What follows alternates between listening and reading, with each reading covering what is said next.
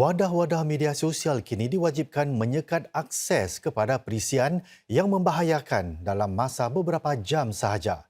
Ini dalam usaha menjadikan wadah-wadah online lebih selamat. Jika tidak, wadah-wadah tersebut boleh disekat daripada boleh diakses oleh para pengguna di Singapura. Peraturan baru itu berkuat kuasa setelah rang Undang-Undang Keselamatan Online pindaan-pindaan lain diluluskan Parlimen hari ini. Semasa perbahasan 2 hari mengenai rang tersebut, sekitar 20 anggota parlimen bangkit berucap. Ada di kalangan EP yang menggesa agar undang-undang itu juga meliputi wadah-wadah permainan internet kerana ada unsur pembulian online dan kebencian terhadap perempuan di wadah tersebut. Para EP juga menimbulkan persoalan mengapa wadah pesanan privat tidak dikawal selia di bawah undang-undang baru itu. Menjawab pertanyaan-pertanyaan para EP, Menteri Perhubungan dan Penerangan Josephine Teo berkata bahawa pemerintah berkongsi keprihatinan mereka. Labeling a group or communications as private does not make it so. The bill sets out a list of factors that must be considered collectively. For example, it may be possible to conclude that a social media group is public, even if that social media group has been set to private and requires the owner to grant permission before one can access the content. But the owner is indiscriminate in granting that access. Denda lebih berat tidak cukup untuk memastikan syarikat-syarikat melaksanakan amalan perlindungan data yang baik. Menteri Negara Kanan Perhubungan dan Penerangan Tan Kiat Hau berkata, firma-firma perlu mengambil serius tentang keselamatan siber dan lebih bertanggungjawab ke atas data para pengguna. Encik Tan berkata demikian sebagai respons kepada soalan Parlimen berhubung apa lagi yang perlu dilakukan untuk menghukum pihak syarikat bagi kesalahan siber di tengah-tengah pencerobohan data peribadi sejak kebelakangan ini. I think going after the organizations after the data breach is almost like catching the horse after the barn door has opened and the horse has dashed out. What is more important is ex ante practices to even prevent the data from being extracted or even taken out of the organization. Satu rang undang-undang diperkenalkan dan melibatkan para pengguna serta pengendali pengecas kenderaan elektrik atau EV. Selain meningkatkan lagi jumlah tempat mengecas EV, rang undang-undang ini juga mahu menetapkan satu piawaian yang perlu dipatuhi para pemilik dan pengendali dari merata negara.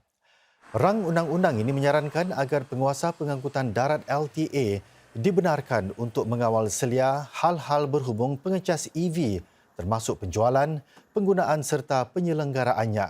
Di bawah rang ini juga, kesemua pengguna pengecas EV perlu berdaftar dengan LTA dan kesemua pengendalinya juga perlu mendapatkan lesen. Selain itu, kesemua bangunan baru juga perlu menyediakan tempat meletak kereta bagi kenderaan EV yang berfungsi. Tempat letak kereta ini juga perlu menyediakan jumlah kuasa tenaga minimum. Ini semua sebahagian daripada rancangan Singapura ini untuk memastikan kesemua kenderaan menggunakan daya tenaga lebih bersih menjelang tahun 2040. Setakat ini, kereta elektrik merangkumi sekitar 1% kereta di Singapura. Pemerintah sedang menimbangkan kemungkinan mengadakan pusat prasekolah berdekatan tempat kerja. Menteri Negara Pembangunan Sosial dan Keluarga Sun Xueling berkata, cabaran tenaga manusia dan prasarana bermakna tidak semua keluarga akan mempunyai prasekolah berdekatan rumah mereka. Beliau memberikan respons itu kepada saranan yang diajukan AP Henny So di Parlimen siang tadi. Kementerian Pembangunan Sosial dan Keluarga menyatakan pihaknya sedang bekerja rapat dengan HDB dan pengendali prasekolah untuk meningkatkan operasi dan tenaga manusia. Ini supaya lebih ramai kanak-kanak boleh memasuki pusat prasekolah baru pada bulan-bulan mendatang. MSF juga sedang meneroka kemungkinan meluaskan atau menambah kapasiti prasekolah sambil mengimbangi keperluan kanak-kanak dan pendidik. Namun untuk memenuhi permintaan pendidikan prasekolah yang bertambah, lebih ramai kaki tangan diperlukan. We hope that the recently announced salary revisions of a 10 to 30% pay raise for preschool educators can help to meet this demand. But fundamentally, we as a society have to value the work of social service professionals and early childhood educators in order to attract more people into the sector. Without a core workforce to support our early childhood sector, we will face constraints growing capacity. Langkah-langkah pengurusan selamat atau SMM di hospital-hospital dan rumah-rumah jagaan tempatan akan dilanjutkan lagi 2 minggu kepada 23 November ini. Ini meskipun jumlah kes harian COVID-19 telah berkurangan. Kementerian Kesihatan menyatakan pihak hospital dan rumah jagaan masih terus mencatatkan kes positif COVID-19 dan lanjutan SMM itu bertujuan mengurangkan tekanan ke atas kedua-dua institusi tersebut. Menurut kenyataan MOH, rumah-rumah jagaan juga sedang merawat lebih ramai penghuni yang positif COVID-19 berbanding bulan-bulan sebelumnya.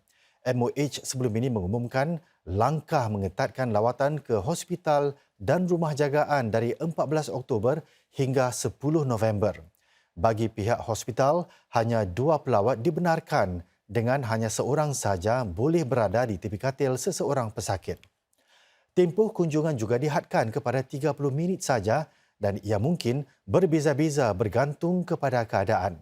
Bagi rumah jagaan, para penghuni dibenarkan 4 pelawat tertentu. Hanya seorang pelawat boleh berbuat demikian pada satu-satu masa dan dihadkan kepada 30 minit saja. Taman di pesisiran sedang meneroka rancangan untuk membina sebatang jambatan bagi menghubungkan kawasan Bay South dengan Bay East. Ini agar para pengunjung dapat menikmati kedua-dua taman tersebut. Taman di pesisiran dikunjungi lebih 8 juta pengunjung tempatan pada tahun lalu, iaitu jumlah tertinggi sejak ia dibuka. Berucap di acara sambutan ulang tahun ke-10 Taman di Pesisiran, Menteri Pembangunan Negara Desmond Lee berkongsi jambatan yang disarankan itu merupakan sebahagian rancangan untuk membangunkan lagi kawasan Taman Bay East.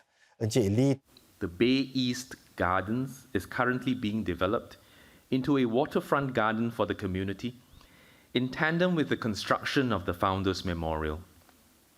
Bay East Garden will trace the evolution of Singapore from a garden city to a city in a garden to a city in nature.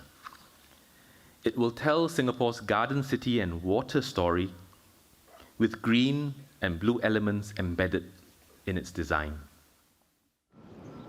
Encik Lee juga mengumumkan kemungkinan pembinaan loji tenaga boleh diperbaharui kedua di tapak daya tarikan itu.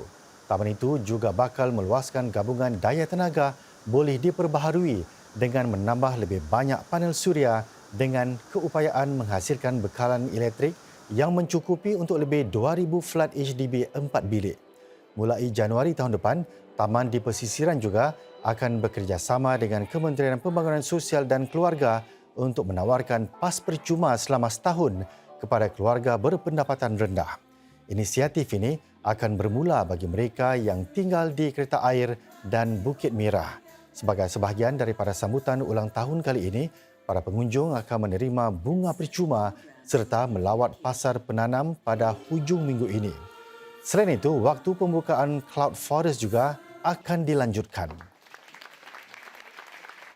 Semakin banyak syarikat kini meneroka pasaran khusus seperti khidmat ejen pelancongan umrah. Syarikat Kava Travel and Tours yang ditubuhkan pasangan selebriti Jai Wahab dan Roza Ramli misalnya memanfaatkan permintaan yang meningkat bagi peluang niaga tersebut. Didorong oleh potensi pasaran pasca pandemik, tumpuan mereka ialah generasi muda dan jemaah wanita. Kumpulan pertama jemaah umrah dari Carva Travel dijadual berangkat hari ini. Ramai anak muda dan keluarga muda yang mahukan privasi semasa menunaikan ibadat umrah. Kami memberi laluan untuk ibu-ibu tunggal ataupun mereka yang tak ada mahram. Ya, mereka yang tidak ada mahram untuk bersama ke Baitullah dengan lebih selesa.